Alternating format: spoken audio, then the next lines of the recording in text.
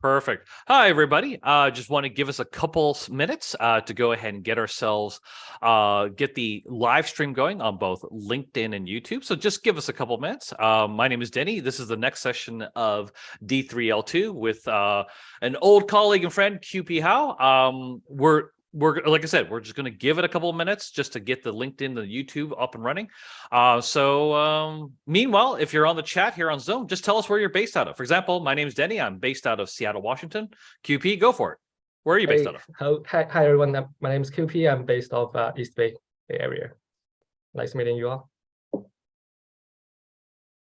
Perfect. And then let's see. You can chime in the chat, or you can chime in in the Zoom links in the chat, in YouTube, or in LinkedIn. Eventually, I'll be able to speak English today. By the way, it's apparently not my primary language today. That's also. And okay, looks like we got Dan from Georgia. Welcome aboard. Let's see what else here. We have YouTube online. We have LinkedIn online. This is great. George from Vancouver. Hey, George, how's it going, buddy? All right. Let's just go start the show. So for everybody who's wondering, this is D3L2 because I did not have a very good imagination on what to call this, because it was literally a bunch of alliteration. It was just Delta Lake discussions with Denny Lee. So hence it's called D3L2. This is a vidcast and podcast series. Okay, so for the vidcast, obviously you can ask questions, type in either LinkedIn, YouTube, or through Zoom. We're glad to answer questions. This is, and also we're going to re-stream it also into Spotify for your podcasts. In the case of podcasts, obviously you can't ask questions, but next time go ahead and join us on Delta User Slack, and you can probably even just talk to us there. Saying that, why don't we start off with the basics? Who's this QP guy? Yeah, why don't you start with, why don't you introduce yourself, QP? Cool. So hi, hello everyone. I'm QP. I'm currently leading the core software team here at Neuralink. And my team is mostly responsible for building all the internal softwares and infrastructure, make sure that Neuralink is the most efficient biotech company in the world. And prior to that, I was a tech lead at Script, where I worked on the data and ML infrastructure there. And so that's when during that time, I actually worked on a really cool project called D3L2. And I think that's what started this whole podcast. Well, this interview, I guess. So yes, so we have a lot more to talk about that. Yes, we have plenty to talk about, but let's go backwards a little bit first, which is like, QB, how did you even get into the realm of like computer science or data engineering in the first place? So don't worry, I'm not trying to make you go back to your childhood years or anything like that. Well, it's more, we're definitely stuck into like more the university / data engineering / computer science career. Like how'd you get involved? Like were you a computer scientist for starter? Like did you go to comp sci for school? I'm just curious. Yeah, so actually I was majored in math and CS, so it's computational math actually. And before that, the reason I got into computer was mostly because I had a really shitty computer, and I want to play games that requires a lot of memories and disk space. So I actually spent a lot of time understanding how Windows works and optimizing it. But later, when I got into college, I got really fascinated into open source community, and I started. Really, I think most of my education actually came from just reading open source code and understanding how people do things in the open, and participating in communities. I literally started with contributing to translations as a way to learn English when I was early in college, and then that started working on project reverse engineering network protocols to make at the time when I was in college. The network only works on Windows. So I actually had to reverse engineer the whole protocol to make Linux client, so that I actually run this on my Linux desktop. So that's how I got into Linux, and then a lot of hacking in the community. And I think my biggest open source project, first biggest open source project, was a open source e-reader software called KO Reader, shameless plug. And this is a project that I worked on, I think senior year in college, and today I still think this is like maybe the most powerful open source readers for devices out there. So basically, I worked with a bunch of community hackers to kind of jailbreak Keynote and try to get a open source reader software is running on a Keynote device, so that we can read PDFs and any other formats we want. And so that, I think at the time it was like actually the biggest Lua project on GitHub. So that is so cool. Yeah, so basically Yeah. So basically, it's the hacker mentality that you Exactly. have. Yeah. So, Yeah. and Yeah. being able to work with people around the world without ever meeting each other. I think but still work really closely every day. I think this is a really fascinating feeling for me, at least. Yeah. So I'm just curious. Do you consider yourself a bit of an introvert per se, like because of I that? think Where so. Yeah, I think yeah, so. Yeah. yeah. Because the only reason I'm bringing that up is because it's comfortable to have these conversations in like a Slack or a GitHub or an email, but Yeah. as soon as you have it in person, sometimes you're like, I don't know what to do with I myself. think I'm the kind of person who actually need energy, need my time to actually recover from talking to people. So talking to people actually consumes my energy. So Yeah, no. I actually understand that. So obviously I don't have that problem now because I've been doing this a little too yes, often. you're But like, professional now. yeah, I know. Professional. Let's be careful with this wording here, okay? But the context is that, like, yeah, when I first started this entire journey, which ultimately led me to like doing advocacy in the first place, was exactly that. I wasn't talented by any stretch of imagination, but I definitely consider myself more of a coder in the first place, right? Mhm. And exactly to your point, like I was like going like, oh yeah, if it's an email where I don't have to talk to them in person and I could just address it in documents, then I'm like, okay, that's easier. It's like as soon as like I actually have to show up to something, I'm like, oh man, it's gonna take me till tomorrow to recover from this. This really sucks. Well, guys, I guess this is also something you can actually practice, right? Yeah. But I don't think you have this problem anymore.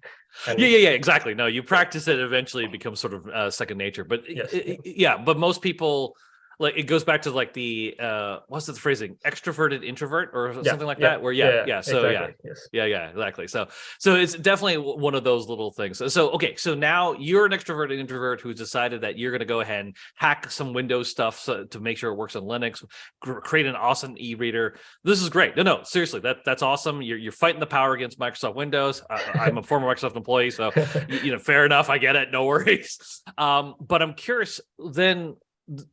Yeah, what led you to what ultimately is in the data engineering? So again, for the folks who may not be familiar, QP is basically the father of Delta Rust, right? He's the one who basically created this. And so we're going like, how do you go from an e-reader and hacking Linux to deciding that you're going to go ahead and rewrite the entire Delta protocol in Rust, right? Yes. So I'm just curious, like, yeah, what's that journey about? Yeah, all of that because of ML. So the e-reader software that we wrote, we actually have a really fancy feature that actually can reflow the PDF pages. So PDFs are usually rendered with a fixed page size. So it looks really bad on a really small screen like Kindle. So we actually had an algorithm where we actually reflow the page based on the screen size so that the PDF paper is actually readable on really small screen devices.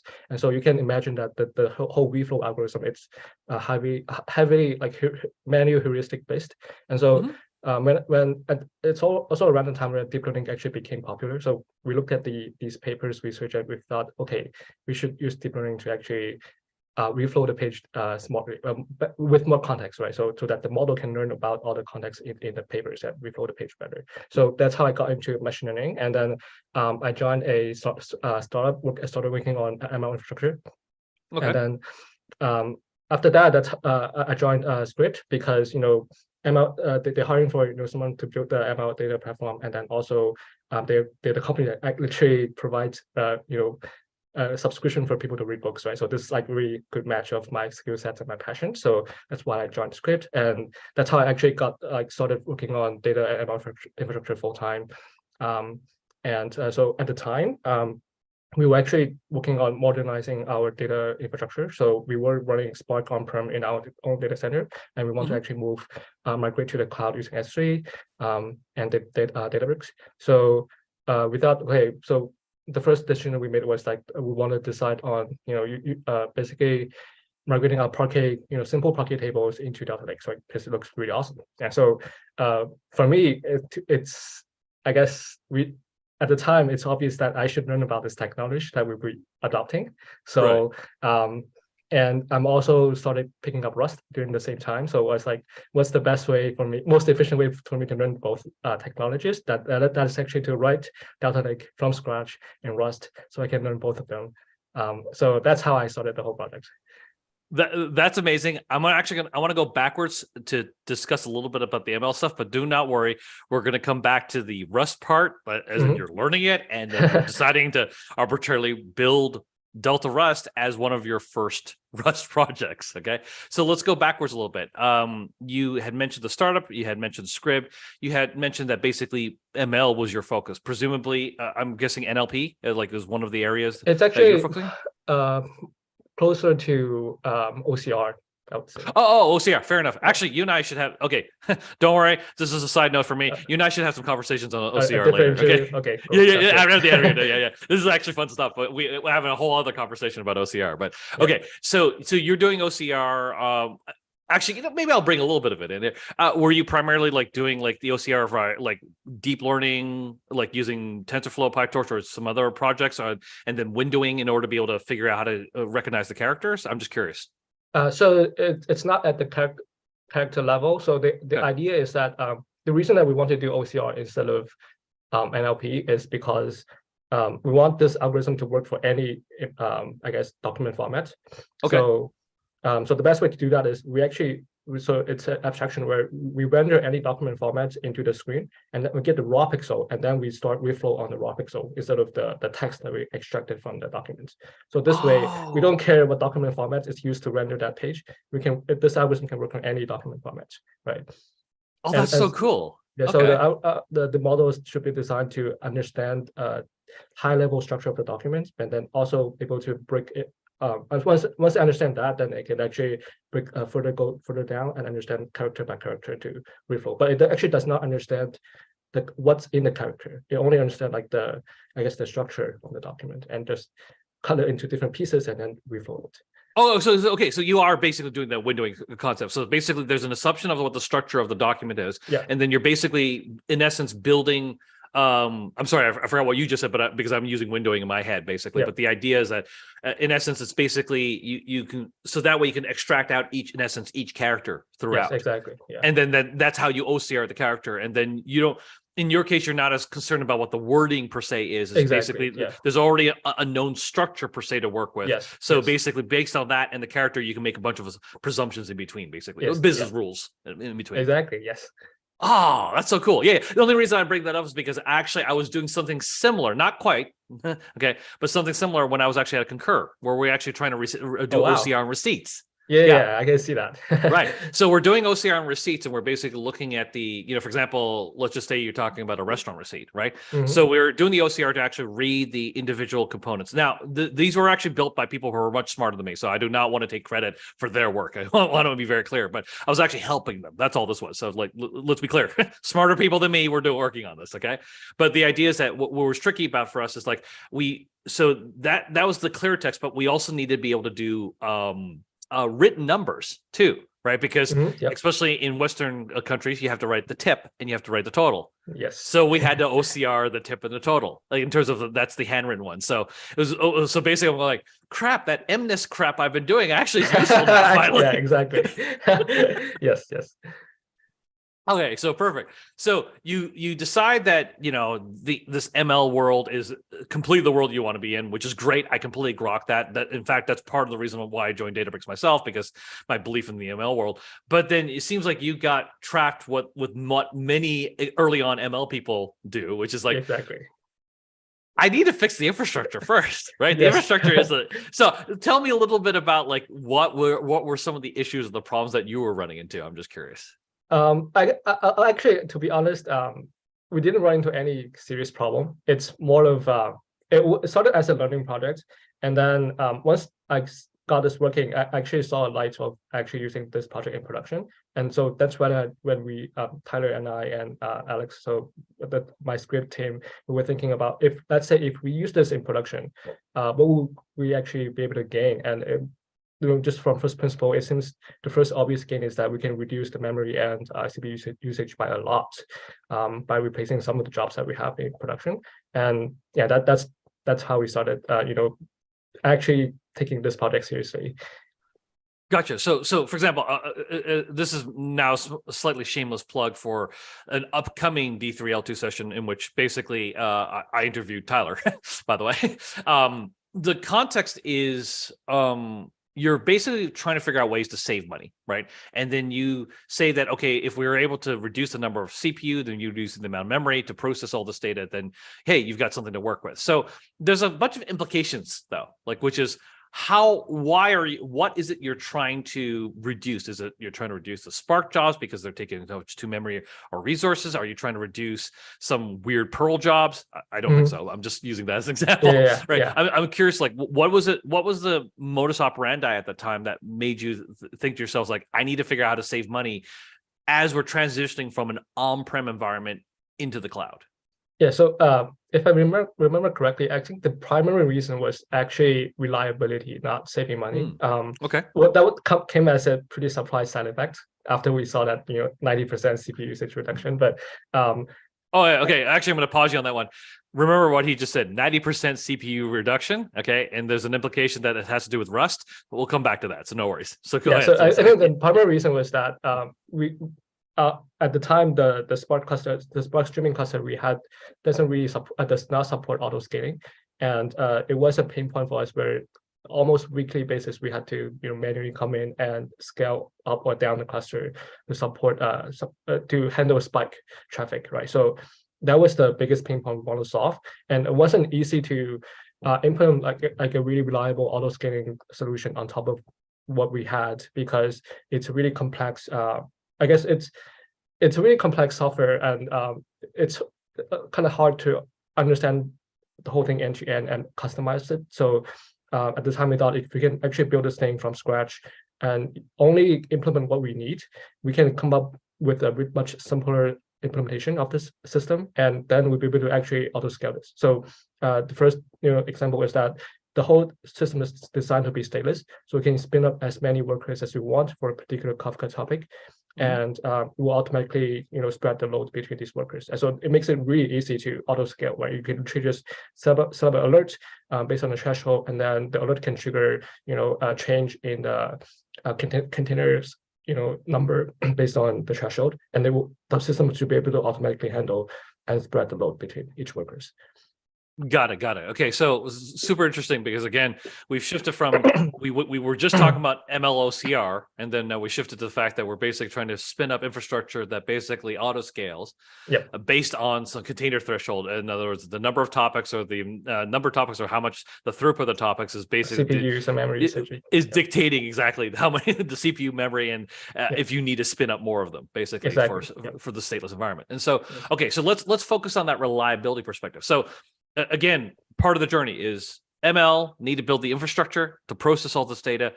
What were the reliability issues that eventually led you to Delta in this case? So we were actually using Delta at the time.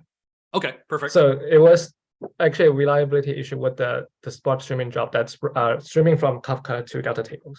Gotcha. Okay. Yes. So Delta was there for you. You're feeling comfortable, but basically it was the auto loading of streaming that basically sort of messed you up. Okay, fair enough. Yeah. I apologize to my Databricks stockholders right now. So, but okay. So then that's what led you to why Rust? Like, why not Go or like Python? Like, what made you go down the route of realizing I'm going to go build all this stuff in Rust? Yeah. So I think at the time I was learning Rust. This is, I guess, the first production Rust code I wrote, the second serious Rust project I wrote. So the first project I worked on was a PDF parser from scratch for the Coexecution project. And then the second one, this is one where I just finished the PDF parser, and it was like, I want to learn, actually write something that I can put into production. So, and then at the same time, I need to learn how this Delta Lake thing works. So that's how I basically came up with the idea to just write this thing in Rust and learn both concepts at the same time.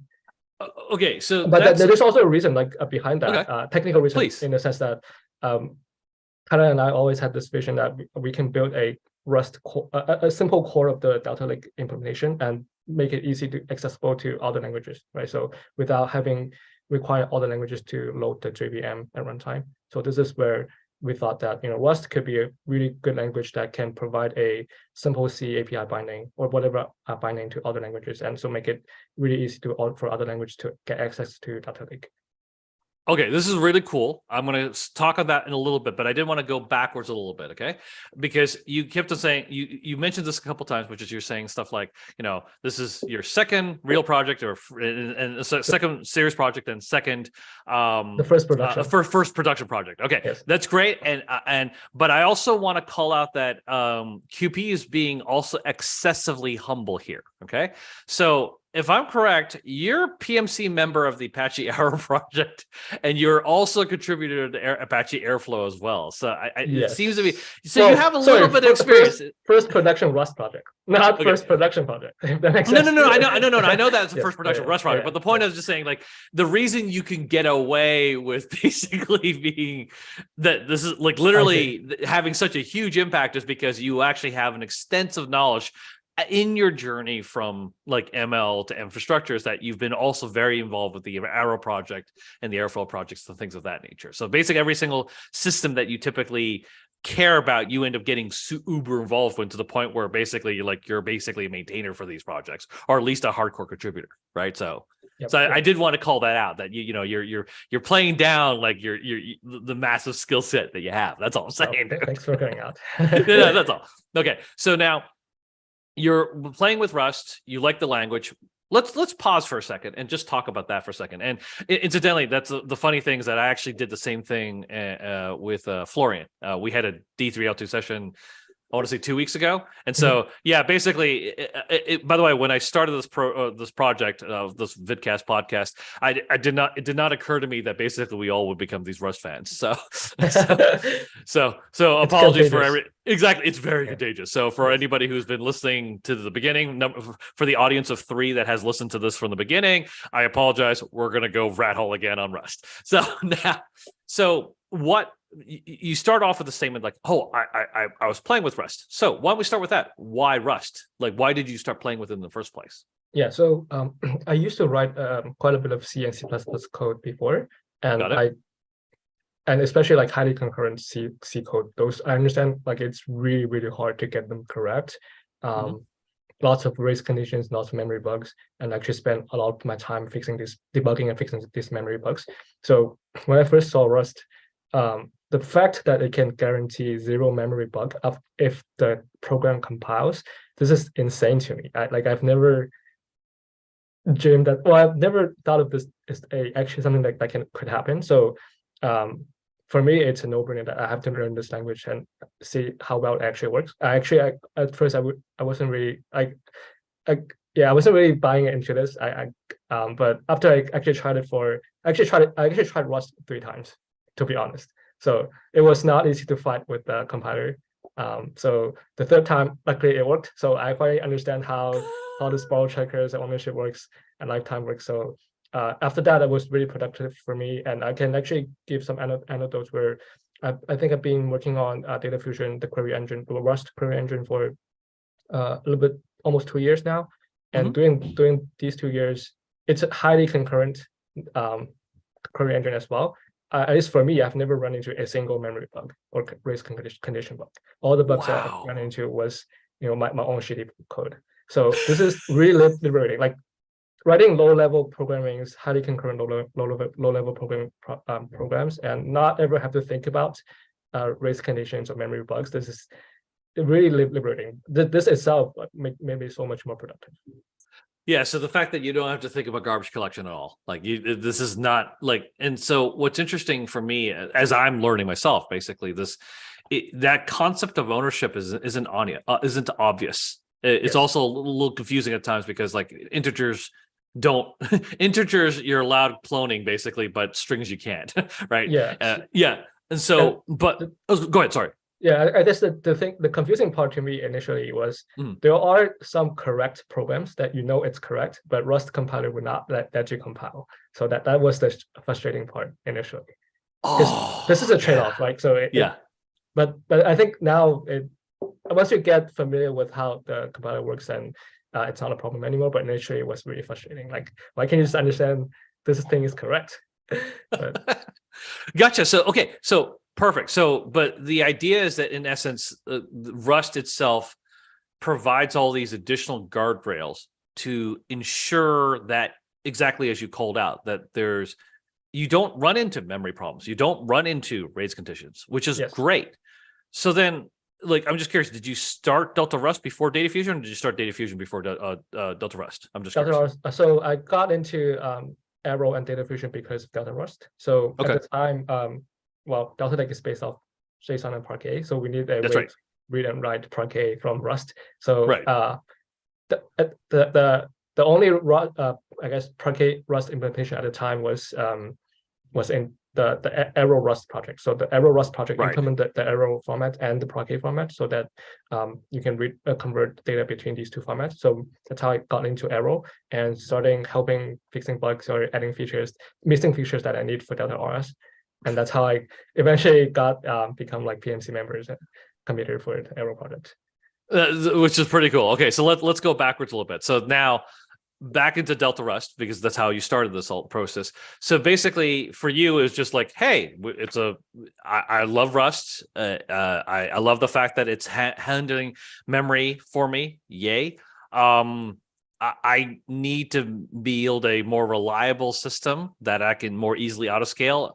So it's not even about specifically the 90% reduction in memory or CPU, Yeah, which ends up happening, which is freaking, which is amazing. At So first, we thought there was a bug in the module. Right, exactly. When you see something like that, you're like, no, That can't be we're true. not, this can't be right. We're missing like half the data. Like that's Yes. the only way this works, right? Yeah. So no, I get it. We'll talk about that in a sec. But I'm just curious. So like, what was it like? Basically deciding to yourself, like, hey, I'm just this project, which was Delta, which was basically JVM based, Scala based. You got a bunch of folks at Databricks who are going like, oh, we're a bunch of Scala heads, right? And you're going to have, hey, I'm just going to arbitrarily decide to go ahead and rewrite the entire protocol and correct the protocol. I still remember the PR for that.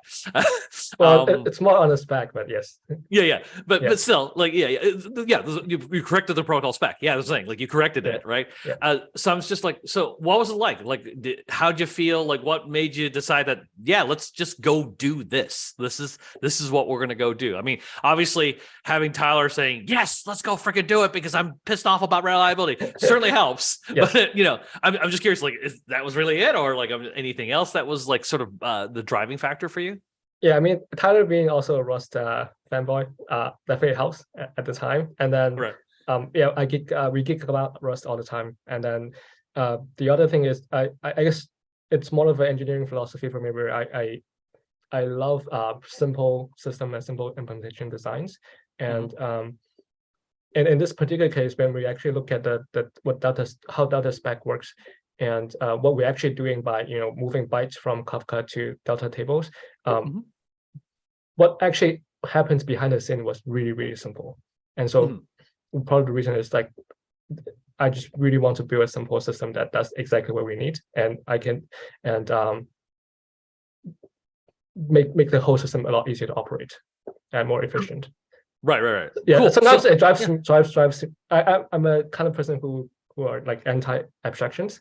So sometimes it drives me nuts that there are so many layers of abstractions of system that I work on. So I like to remove abstractions whenever it makes sense. Oh yeah. So basically, it's that simplicity and the idea that you should be able to look at the code and you don't need to abstract away. Exactly. Because more times than not, when you abstract away something, you've actually hidden the complexity that you never need to build in the first place. Yes, and all abstractions are leaky, so we need to be really careful on what abstractions we introduce to the system. Oh my goodness, yes. that could be a whole other podcast. Yeah, so let's not do that. Yes. But unequivocally, yes. There's no debate on that one. Okay, so perfect. So then you started building Delta Rust, and basically, and just like you mentioned before, that's actually what got you into working on Arrow, working on Data Fusion. So why don't you tell people, because not everybody understands what really Arrow is and what really Data Fusion is. So why don't you, in your words, since you're PMC contributor member, like, why don't you explain that to the audience here? Like, why are these technologies actually so important in this case?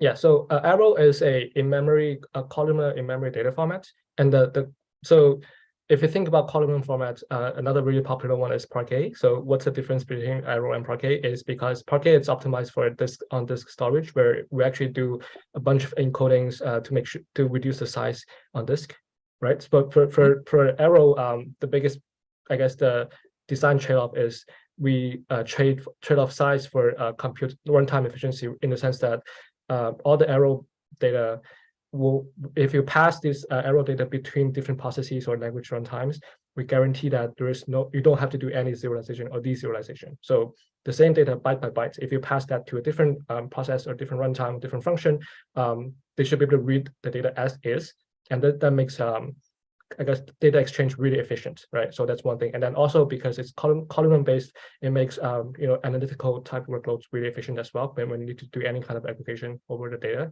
And if they're already in column format, then your query will be run a lot faster. So that's the whole gist of Arrow. And then Data Fusion, it's basically a new query engine built from scratch and started by Andy. And the whole idea of that is we want to build a query engine using pure Rust and based off the Arrow memory format. So it's an OLTP optimized for OLTP, the query engine itself. And that's the idea behind that. That's really cool. Actually, an idea story is Andy actually, I believe he started this project because he was writing a book about how query engine works. Oh, interesting. Yeah. So he's just explaining like the context of like what a query engine is, like the idea of a logical plan, physical plan, and all these other concepts, and just decided to basically write it in Rust and then to say the first version. The first version is actually in Java, and then he slowly moved it to Rust.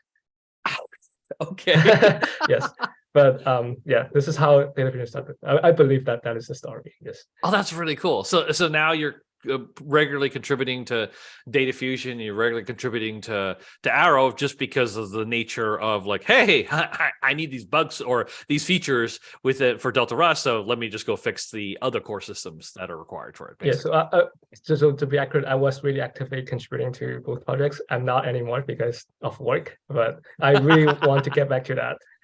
Yes. No.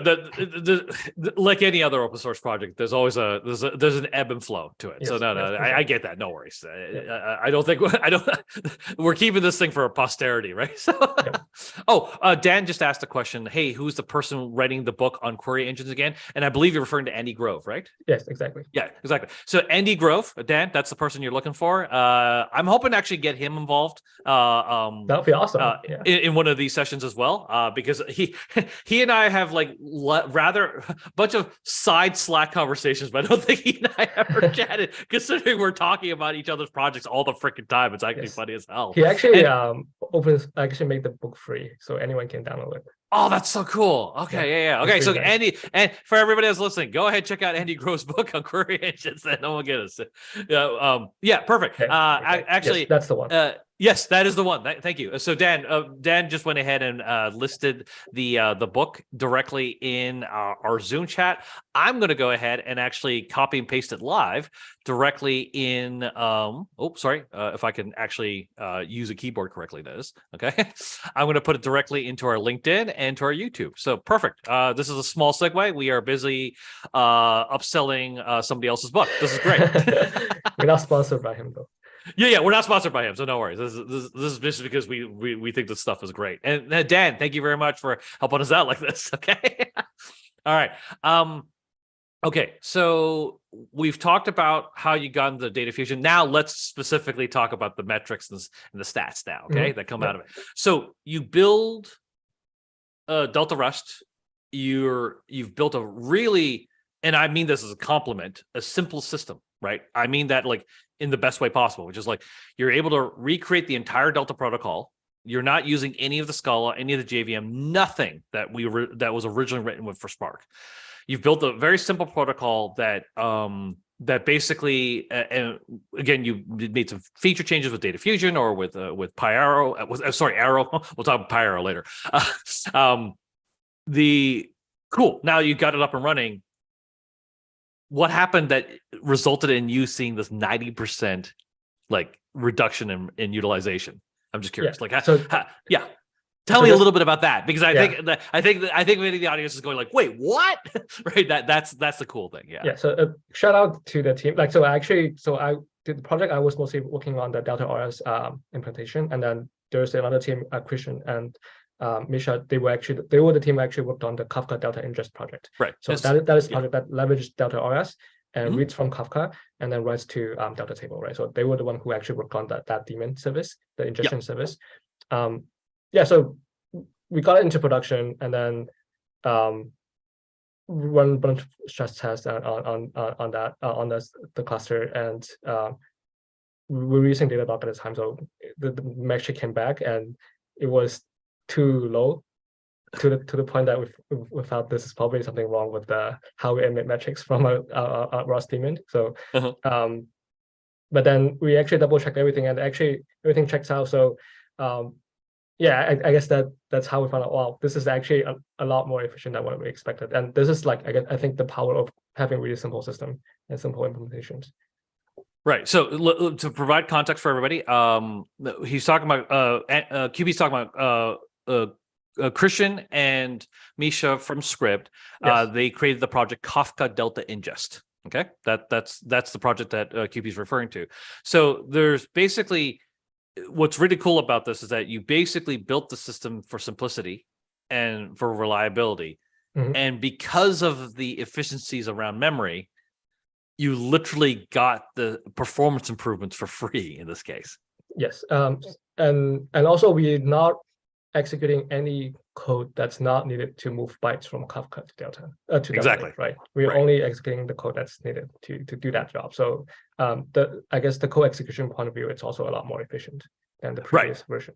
So from this standpoint, then, like the interesting context around this is that it seems like, especially with the ability for Rust to be that much more memory efficient from that standpoint, it seems like you're able to, like, forget about the 90% part, though. Obviously, that's great. It's just, it seems like you're able to be that much more efficient with the existing CPU as opposed to needing to distribute the problem out.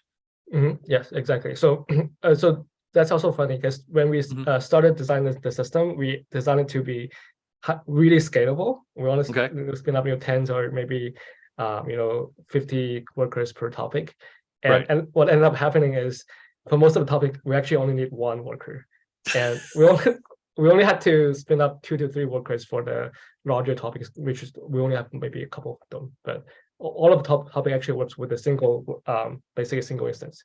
So I love that efficiency. We should have thought of that initially, but yeah. Oh no, we're telling people now, so that way they can be aware of this fact. Yes, right. Don't over engineering Rust projects. Exactly. So this, I'm pretty. So Candace, who's our wonderful Linux Foundation events coordinator, she's on the line right now. But don't worry, I'm not making you talk right now. But she's probably heard the story too many times. That's why I wanted to apologize to her explicitly here. And in which yet again, I'm bringing up the story of I used to work with Frank McSherry back in Microsoft research. He was in Microsoft research. I was in Microsoft back in 2007. We were actually working on a completely different problem: differential privacy. Wow, that's really cool. Yeah. So that's pretty cool, actually. But that side note, okay. But the reason, but exactly another time. But the reason I bring this story up, which is which I love doing, is that Frank McSherry is a really, really smart guy. I just happen to be lucky enough to be in the room, okay. And he and I would have these friendly debates every so often, okay. And by the way, to be clear, how much I respect the guy. He's the CTO Materialize, okay. So like, he's a really, really smart guy, okay. And he and I would have these friendly debates, and I was basically saying, no, the wave of the future is distribution. We don't have to care about CPU utilization, memory utilization anymore. We can be inefficient. It doesn't matter. We're just going to distribute our way out of the problem. And of course, boom, that naturally led to, why am I working on Spark, right? And then he was like, no, we can be more efficient. We can be more efficient. Which led him basically doing Rust. And so if you even look at the GitHub repo for Materialize, a lot of the code is all written in Rust. Why? Because he's got a streaming database that's extremely efficient. And so what's interesting is that, sure, maybe during the time that Spark became the de facto big data engine, I won the debate, but this is me again saying, I think Frank actually won the debate, because to your point exactly, you over-engineered thinking that you needed all this stuff, and in the end, you're like, nah, a single node can handle a topic. We're fine. We don't care. So it's really cool. So then, okay, now I did want to finish off a little bit, because we've been talking again in amorous terms about our love for Rust. I'm just curious, like, did you expect or see or plan right from the beginning for its mass adoption in the Python ecosystem? Because yeah, Not at all. This is I actually built the Python binding mostly for demo purposes. It's easy to demo that using Python than using Rust. Because if I show the Rust code to people, people won't really understand that because the syntax might not be familiar to them. So it's easier for me to show the Python code and show them, hey, you can actually read this without JVM. So that was how I started it.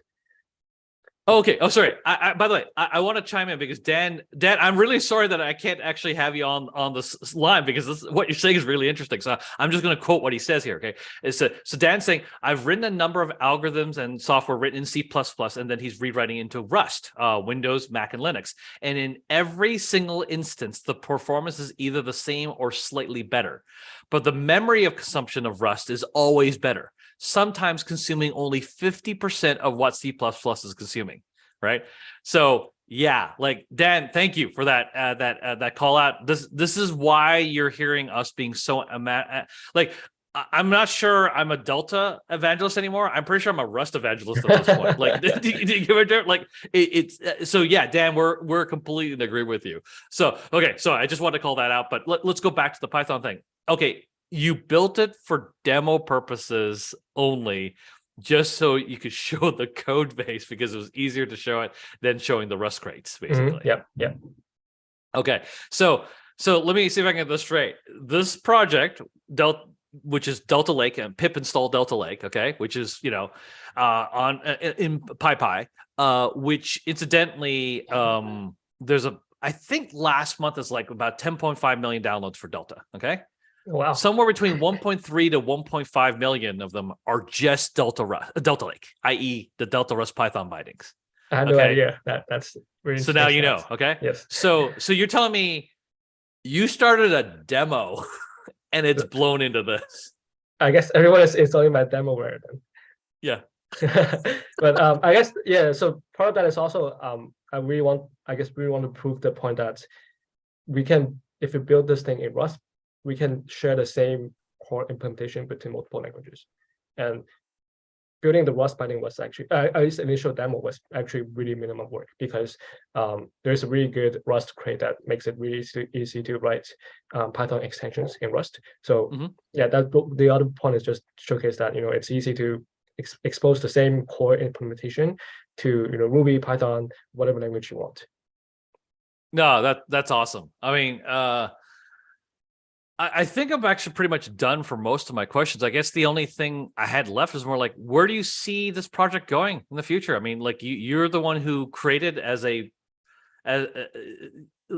just for like, as in you had a manager that was a Rust geek too. And like you said, like it was one of your first production systems, right? In Rust. Rust. In Rust. Sorry, yeah. First production system in Rust. Oh my goodness, I'm so sorry. I was not trying to apply something. I apologize. But one of the first production systems in Rust. Yes. Like where do you see it going? What do you think we should be addressing in the community for Delta Rust? And don't limit just to Delta, by the way. Just in Rust in general, just because I feel that there's a lot of just a lot of, oh God, I was going to go marketing on you. A lot of synergies between us. So I apologize for that one, but yeah. Yes. So to be fair, I'm not the main person who's driving this project anymore. I'm really happy that this is now actually community-driven projects where Will and Robert has been doing most of the community work at the moment, and a lot of the implementation work as well. So for me, I still have couple of personal I guess itch I want to scratch on the Rust Delta RS project. I guess one of the biggest one is, even though the project is actually really efficient in terms of CPU and memory usage, we think that we can actually get another 10-fold improvement on memory usage by basically switching the data structure that we use in Delta RS. So that is something that we want to see happen, and that will actually make Delta RS, I guess, literally the most efficient Delta Lake implementation there. So so I'm curious, what's the switch? What are the structure switches you're thinking about? So the main idea is to switch. So the current way that Delta RS keeps all the Delta metadata in memory is we're using a row-based format. So if we switch to a columnar-based format, then we actually reduce the memory overhead by 10-fold or even 100-fold, depending on what metadata we're loading in memory. So that will have a huge impact to the runtime efficiency. Cool. All right. That is really cool to know. Actually, we've got a quick question from Dan, which Dan, by the way, make sure you join us on Slack. You've got some great questions and great calls. We'd love to talk to you. But he's wondering if, and I'm going to butcher this guy's name. Okay. So I apologize. John Jinsets, Noria DB. Has that influenced any of your work in Rust so far? That's what Dan's asking. I have not.